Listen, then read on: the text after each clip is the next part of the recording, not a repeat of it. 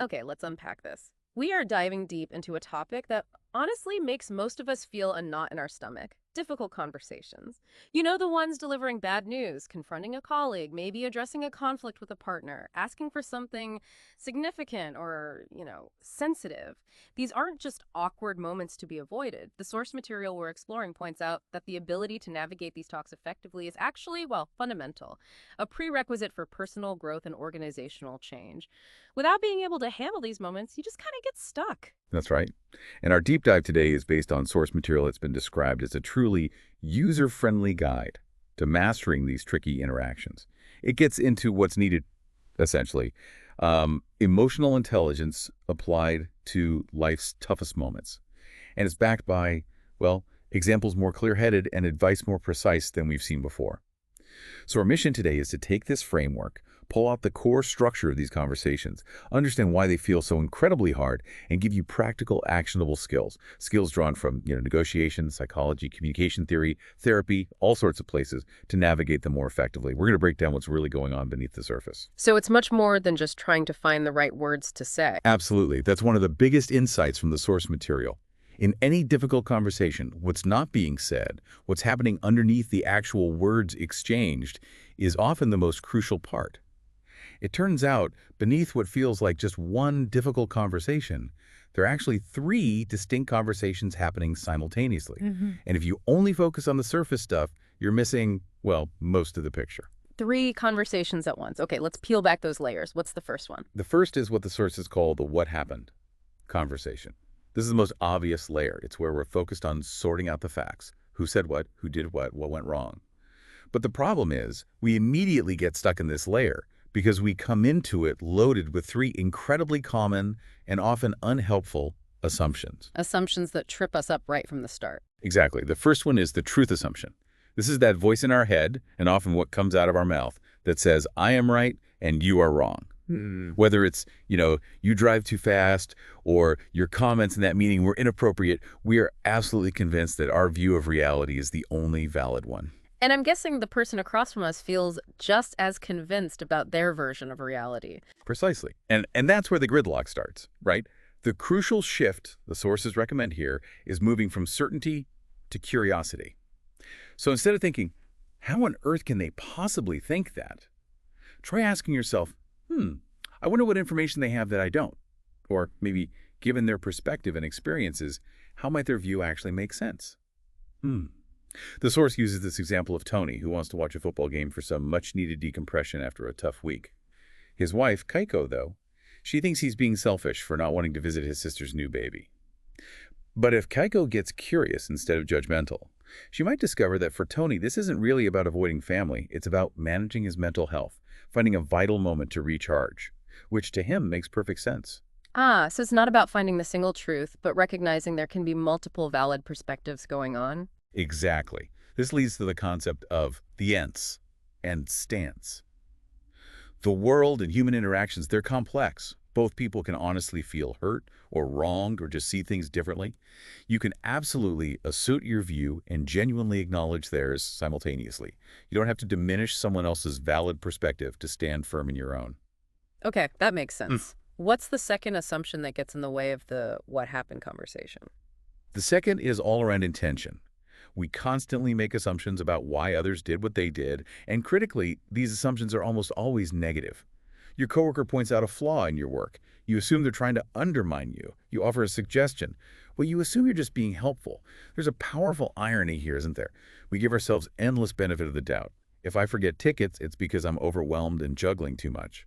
If my husband forgets tickets, well, he's just irresponsible. That's the thinking. Right. So we're quick to judge others' motives negatively, but excuse our own actions. That sounds familiar. Exactly that pattern. The sources share this example of Margaret, who was furious at her doctor for a frustrating delay, totally certain he was being dismissive or overbooked. Turns out he was delayed because he was helping set up a hospital in Bosnia. Our assumptions about intention can be wildly off the mark.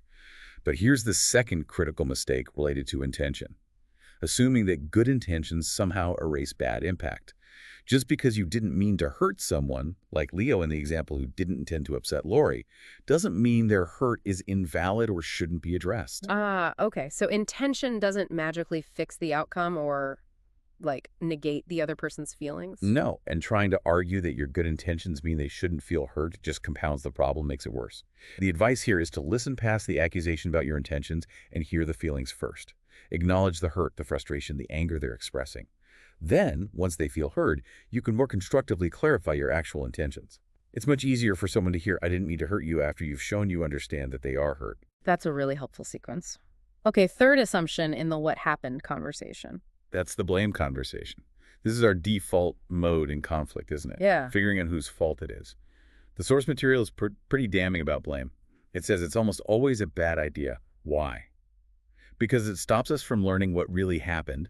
It's often irrelevant and unfair to assign fault in complex situations, and it's frequently just a cover for misunderstanding or fear. It's a poor substitute for addressing the underlying issues. Okay, so if not blame, what's the alternative framework? What should we aim for? The alternative is contribution. The sources argue that in the vast majority of difficult situations, what happened isn't one person's fault, but rather the result of how two people interacted, what both people did or maybe failed to do. It's a joint contribution system, kind of like trying to figure out which twin started the fight in the back seat. It's rarely just one person's isolated action. But looking at our own contribution, that's incredibly difficult, isn't it? Especially when we feel like we've been wronged. Oh, it is. Some people are what the sources call shifters, always seeing themselves as innocent victims and pointing fingers elsewhere. Others are absorbers, taking on way too much responsibility for everything. Moving to contribution is about stepping back and piecing together the system, the dynamic. The example of Toby and Engan shows how their different communication styles, rooted in past experiences, created this dynamic that led to conflict. Shifting to contribution allowed them to understand how they were jointly creating that system, rather than just blaming the other's personality.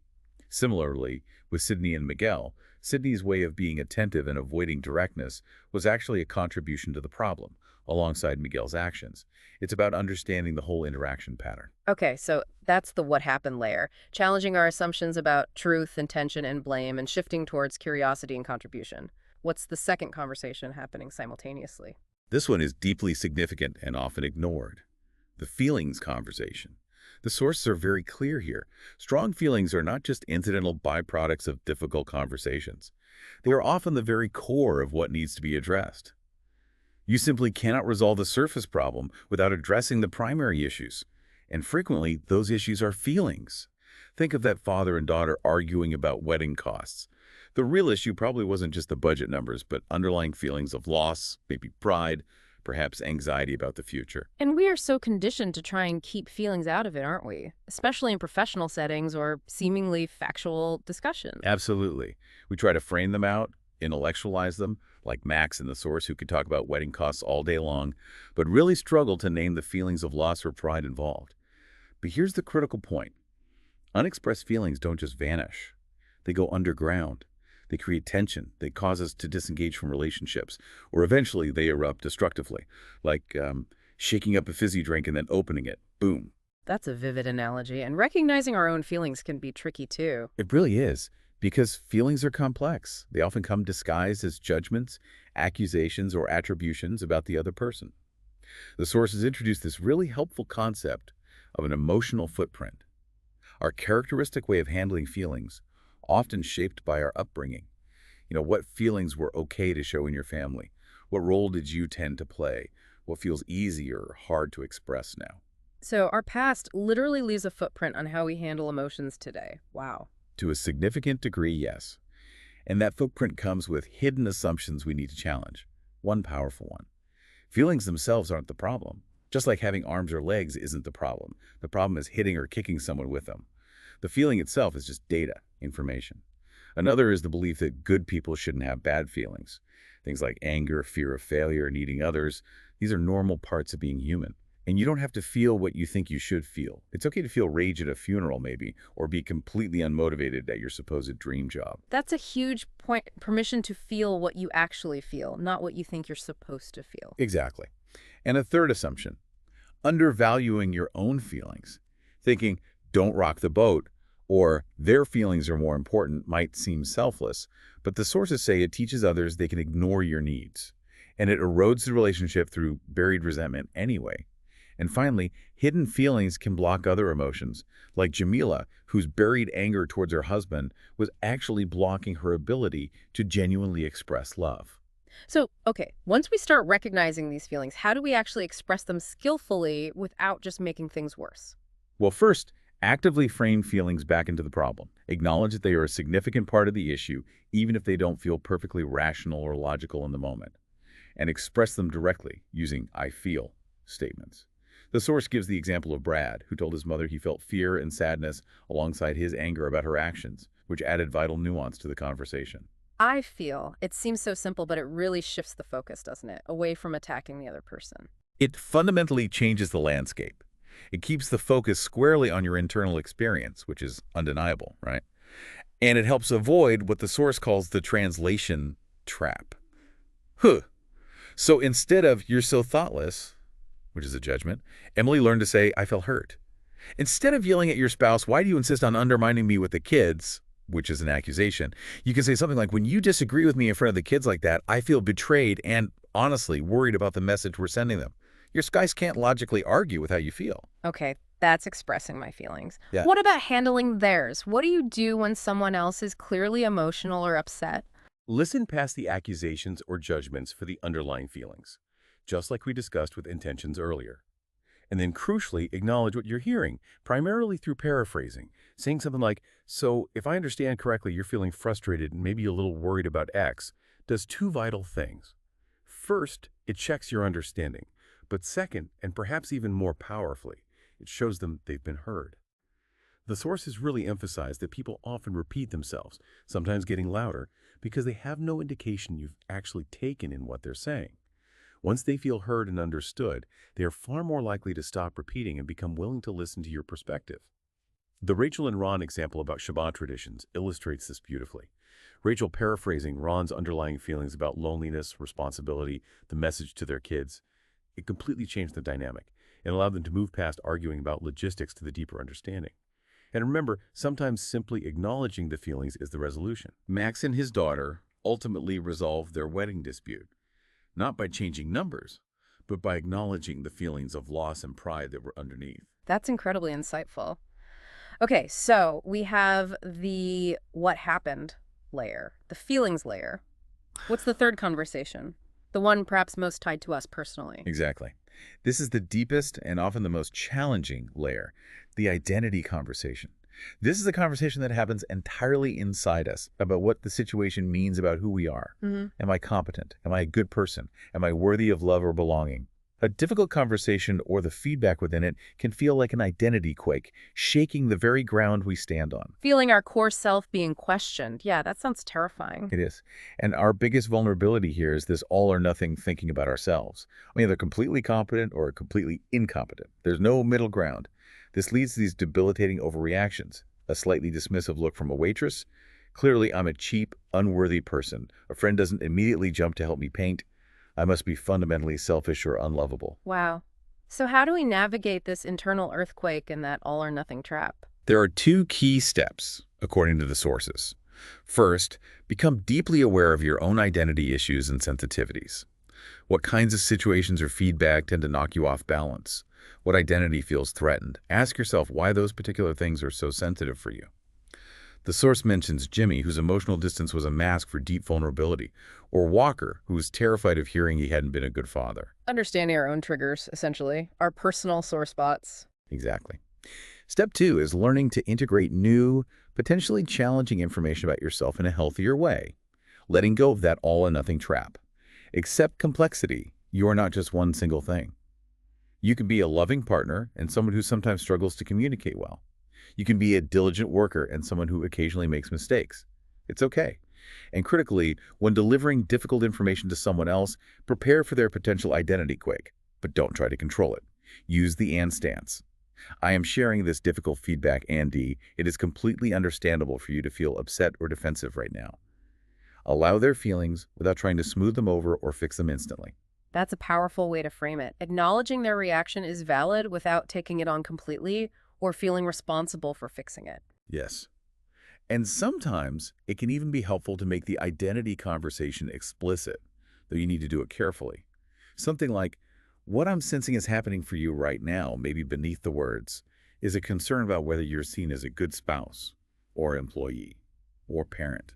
Is that part of what's going on? Yeah. You'd be surprised how often conflict is fueled by people reacting to what they fear the conversation implies about who they are rather than the actual content. This also seems tightly connected to something like asking for help, which, let's be honest, many people struggle with. Absolutely. Our identity conversation often tells us that asking for help means we're weak or incompetent or a burden. The sources encourage challenging this by asking yourself, if someone you love deeply were in this exact situation, would you think it was okay for them to ask for help? Usually the answer is yes, which reveals how harshly we often judge ourselves. The example of Carmen shows how realizing her intense need to control her kids' schedules was tied to her identity as a good working mother, allowed her to loosen that grip and let go of resentment. And I can see how this ties into the idea of letting go later. Sometimes we hold on to conflict because it's actually become part of our identity. Exactly. If your sense of self is deeply integrated with being the long-suffering one or the rebel or maybe the least favorite son, letting go of the conflict itself can feel like losing a part of who you are. Okay, so we've explored the hidden architecture of these conversations, the what happened, feelings and identity layers, and the crucial shifts needed in each. That's the understanding part. Now, how do we take this knowledge and actually do it? How do we navigate these talks skillfully in practice? Let's start right at the beginning. How do you even open one of these conversations without making it worse? Yeah, this is where things often go wrong immediately. Our typical openings are usually, well, terrible. Think about starting with something like, if you contest Dad's will, it's going to tear the family apart. Or, I was very upset by what you said yesterday. Or confronting someone about their child with, your son is incredibly difficult. Oof, yeah, I can feel the walls going up just hearing those. Defensive right away. Precisely. They're almost guaranteed to shut things down. Why? Because they typically start deep inside your story. They implicitly judge the other person. You're selfish, you hurt me, you're a bad parent, and they immediately trigger the other person's identity conversation. Am I tearing the family apart? Am I a bad person? As the sources table of bad openings shows, the implicit messages are just devastating. Okay, so instead of starting from my perspective or a judgment, what's a better entry point? A more constructive way in? The recommended approach is to start from the third story. This isn't my story or your story. It's a description from a neutral, objective perspective of the situation or the challenge that exists between you. It's not a judgment about the problem person, but a shared view of the problem itself. For that will example, it might sound like, I wanted to talk about Dad's will. You and I clearly have different understandings of what Dad intended, and maybe of what feels fair to each of us. Ah, so it frames it as us against the problem, not me against you. That feels very different. Exactly. It offers a description of the gap, or the difference from a neutral stance. It sets out shared purposes, like, my goal here is really to understand your perspective better and share mine, so we can figure out how to move forward together. Okay. And it can even acknowledge potential feelings or fears you suspect are present, like, I know talking about money and wills can bring up a lot of difficult emotions for people. Look at the source's comparison table between starting inside your story versus the third story. The contrast in invitation versus accusation is really stark. It really feels like you're inviting them in as a partner rather than confronting them as the problem. That's the core principle behind the opening. Invite, don't impose. Yeah. Your opening isn't a decree. It's an offer to engage in a different kind of conversation, and it should be open to modification by the other person. You want to make them a partner in figuring things out, not label them as the sole source of the difficulty. And what if they don't immediately jump on board with this third story approach? What if they're still defensive? You may need to be persistent. It can take effort to help the other person understand the kind of conversation you're trying to have, especially if they're used to conflict, just being about blame or attack. The example of Ruth and Brian trying to negotiate pickup times shows how Ruth had to keep gently but firmly reframing the conversation. She kept explaining she wanted to understand the misunderstanding about tentative plans, not just complain about him being late. Okay, so you've managed to open the conversation using the third story. What's the next essential skill as you navigate the interaction itself? Listening, and doing it well, is transformative. We fall into so many traps when we think you're listening, don't we? Mhm. Might be faking attention, nodding along while our mind is, planning dinner, or our internal voice is just screaming, either distracted, did I leave the stove on? Or more commonly in difficult conversations, completely preoccupied with formulating our own response. Okay, as soon as they stop talking, I'm going to hit them with this point. Yeah. My internal response formulating voice is definitely loud in those moments, planning my counterattack. Mine too. It's natural. But you need to learn to manage that internal chatter. Try to consciously shift your internal voice to one of curiosity.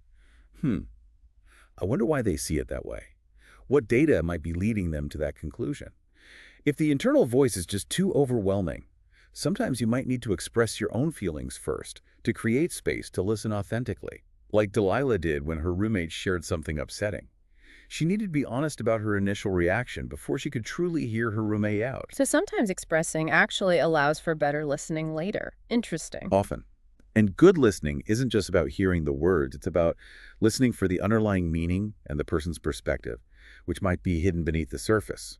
The example of Greta and her mother discussing an exercise plan shows this. Greta kept focusing on the logical benefits of exercise and completely missed that her mother's resistance was coming from a deeper place of stress and feeling overwhelmed. She wasn't listening for the underlying difficulty. And how do you get at that deeper layer? What helps uncover that? Ask questions. Good open-ended questions. Probe their conclusions, their reasoning, their vision for how things should be. Simple questions like, what leads you to say that? Or, can you give me an example of what you mean? How would that work in practice? The Ross and his boss example about the seminar is great here. Ross asking questions revealed that his boss mistakenly assumed taking a seminar meant Ross was less committed. That was a crucial underlying assumption that needed to be uncovered. The sources even provide a helpful list of specific questions you can ask to probe into the three conversations. Okay, ask good questions. And once you think you've understood what they're saying or feeling, acknowledge. This is where paraphrasing comes in, and it's unbelievably powerful. Starting with something like, so, if I understand correctly, you're saying, or it sounds like you're feeling. First, obviously, it confirms you actually heard them right. But more importantly, and this is key, it shows them they've been heard. The source notes that people often repeat themselves, sometimes escalating, because they have absolutely no evidence you've absorbed what they've said. Once they feel truly heard and understood, they can often relax, stop repeating, and become far more likely to become receptive to listening to your perspective.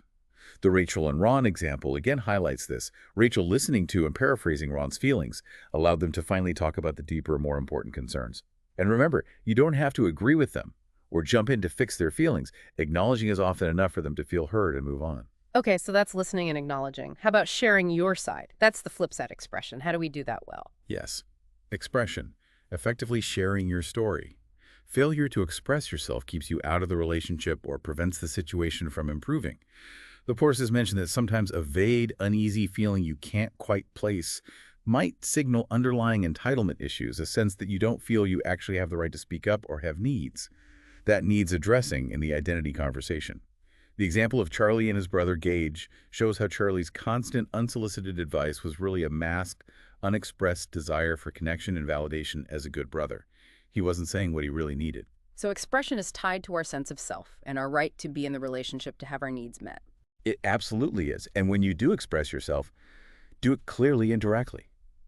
Avoid hinting or hoping they can read your mind or expecting them to somehow connect the dots.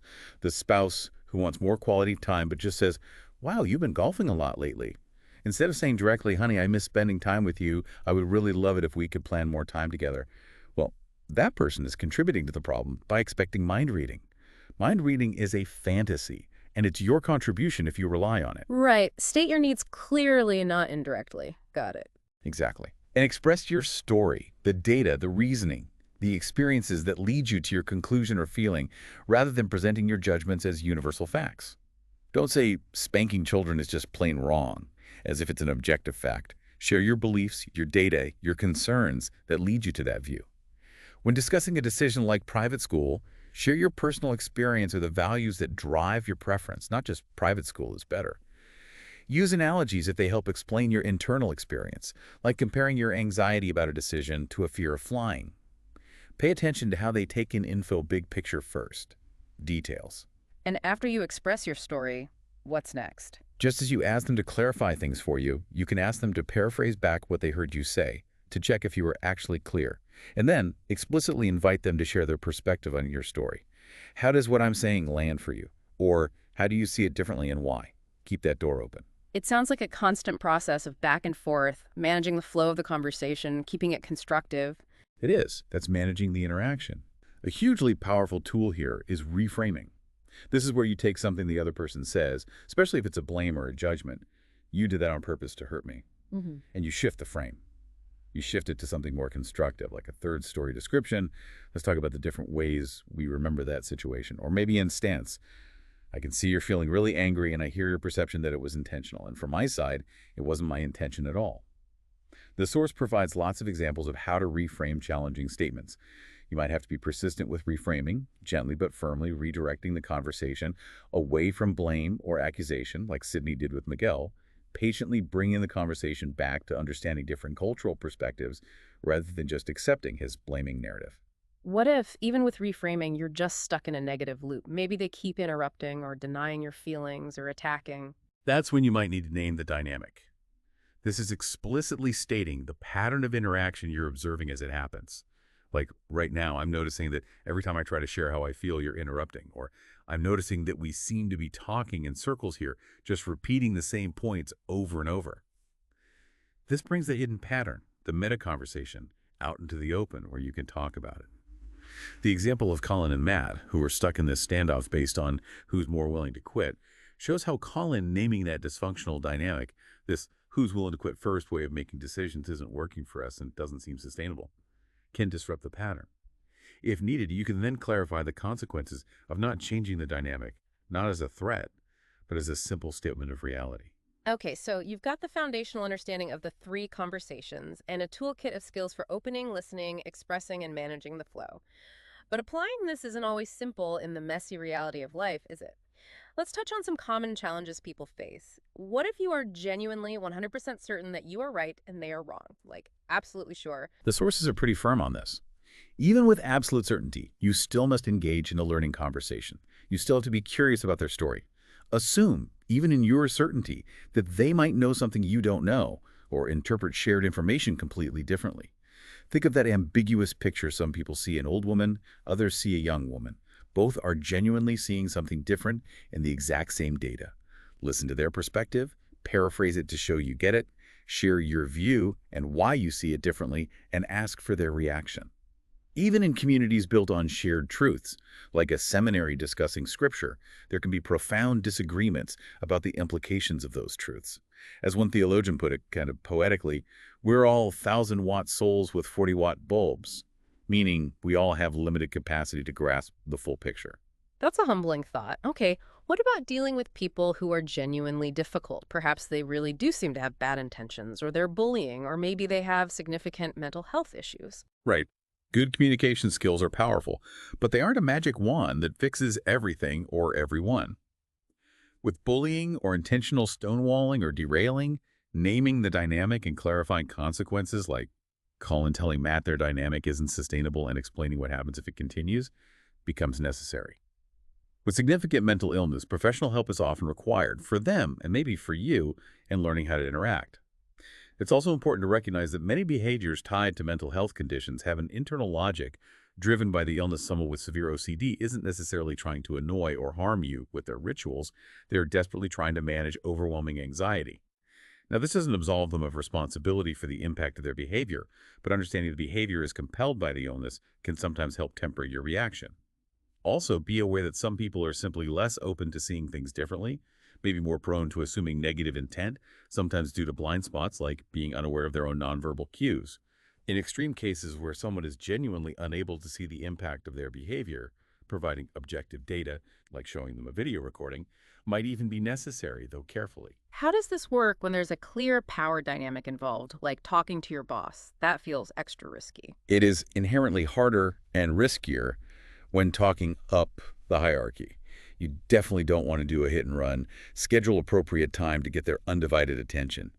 Start from the third story, but make sure you frame why the issue matters to the boss or the organization. Instead of, I need to talk about how unhappy I am with the workflow, maybe frame it as, I wanted to discuss our team's workflow because I have some ideas about how improving communication here could significantly boost productivity and morale, which I know are priorities for you. Also, it can be really helpful to clarify roles up front. Is the boss commanding a decision, consulting you for input, collaborating on a solution, or delegating the decision to you? Knowing this helps avoid misunderstanding about who ultimately decides. The decision maker still makes the final call, but hopefully they do so with more complete information gathered through this skillful conversation. What about when you can't have the conversation face to face? Maybe it's over email or the phone. That seems fraught with peril. Oh, these formats are significantly more perilous for difficult conversations.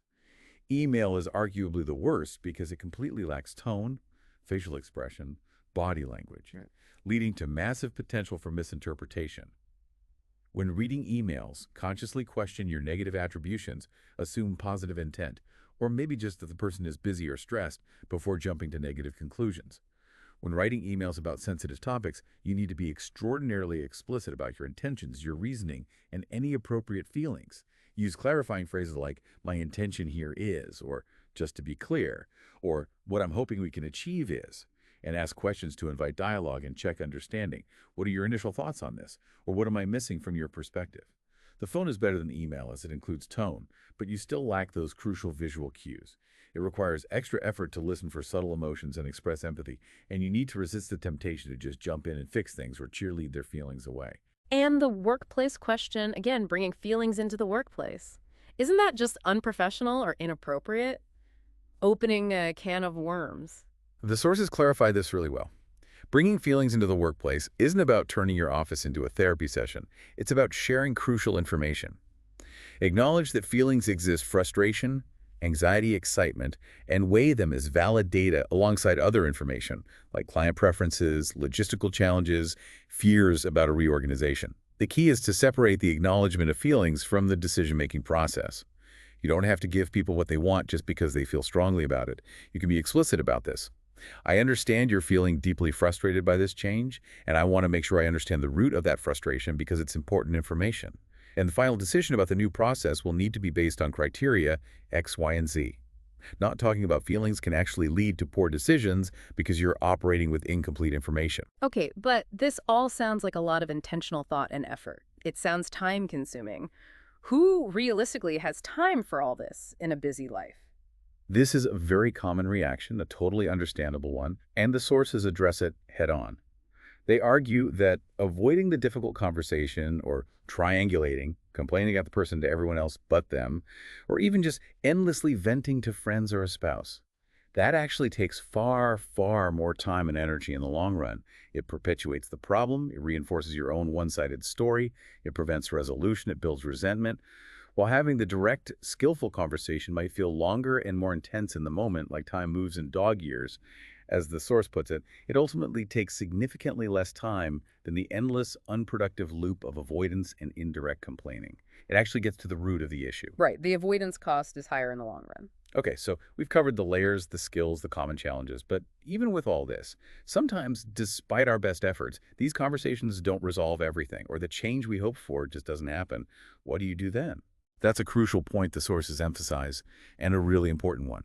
You can apply all these skills perfectly, truly understand the dynamics, express yourself clearly, listen with genuine empathy, and still, the other person may not be willing or able to engage differently, or the situation itself may not change. At some point, after doing the necessary internal work to understand your contribution and manage your feelings and identity issues, choosing not to have a conversation, or maybe letting go of the need for a specific outcome from the conversation, might actually be the most skillful path forward. Holding on to the conflict or the hope for a resolution that isn't coming just becomes too painful or exhausting. So letting go isn't necessarily a failure. It can be a conscious choice. Not a failure at all.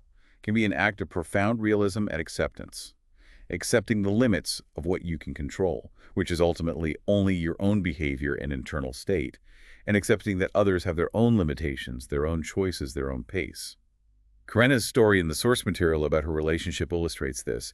She ultimately had to let go of the fantasy that she could somehow make the relationship work just by trying harder and harder. She had to accept that all she could do was her best, and that wasn't enough to change the dynamic. Sometimes, even when someone understands intellectually, they are unable or unwilling to change their behavior. And you mentioned earlier that conflict can get tied into our identity. Is that a significant barrier to letting go? Oh, absolutely. It can be huge.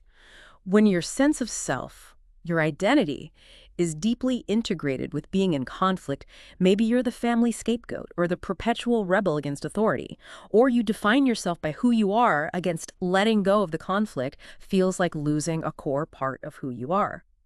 Like Rob, mentioned in the source, whose identity was really tied to opposing management. Letting go is incredibly difficult if you don't have a stronger, healthier sense of self to replace the one defined by conflict. You need to remember, hopefully, that you're fighting for principles or values, not because you need the conflict itself to survive or feel important. Does letting go mean you have to stop caring about the person or the issue involved? No, and the sources are very clear about this. Letting go doesn't mean you no longer care. It's a really important distinction. You can consciously choose to release the difficult, corrosive emotions like anger, resentment, or hurt that are tied to the conflict, while still deeply caring about the person or the underlying issue. The powerful example of David forgiving his brother's murderer shows this vividly. Letting go of the consuming anger wasn't about excusing the act or forgetting his brother. It was about releasing himself from the crushing burden of that rage, allowing him to care for his remaining family and live his own life without being solely defined by the conflict. So letting go, in this context, is really a skilled way of handling the situation, perhaps even deciding not to engage further, but only after you've done the hard internal work on your own side. Precisely. It's about handling, with skill and grace, the reality of a difficult situation. And that can sometimes mean strategically deciding not to have the external difficult conversation, precisely because you've already done the crucial internal work sorting through the complex emotions and the identity issues that were all wrapped up in it. This has been a really insightful deep dive. From understanding those hidden layers of every difficult conversation, what happened, feelings, and identity, to the vital internal shifts we need to make. From certainty, blame, and assumption, to curiosity, contribution, and self-awareness. And then applying those practical skills of opening from a third story, listening to truly understand, expressing your own story with clarity and vulnerability, and managing the interaction with reframing and naming dynamics. It's clear this isn't some magic formula, is it? But it's a set of muscles we can build. And while they are difficult, building them makes improvement absolutely possible and can lead to stronger, deeper relationships. Absolutely. And as we wrap up, maybe consider this thought that the sources leave us with, acknowledging that challenge of seeing ourselves clearly in these moments. If difficult conversations are hard, partly because we struggle to see our own assumptions, our own contributions, or our own identity triggers within them, what unexpected areas of your life might these skills help illuminate beyond just the obvious conflicts you're trying to navigate? Where else might this kind of curiosity and self-awareness be useful? That's definitely a lot to mull over. Thank you for guiding us through this really valuable deep dive.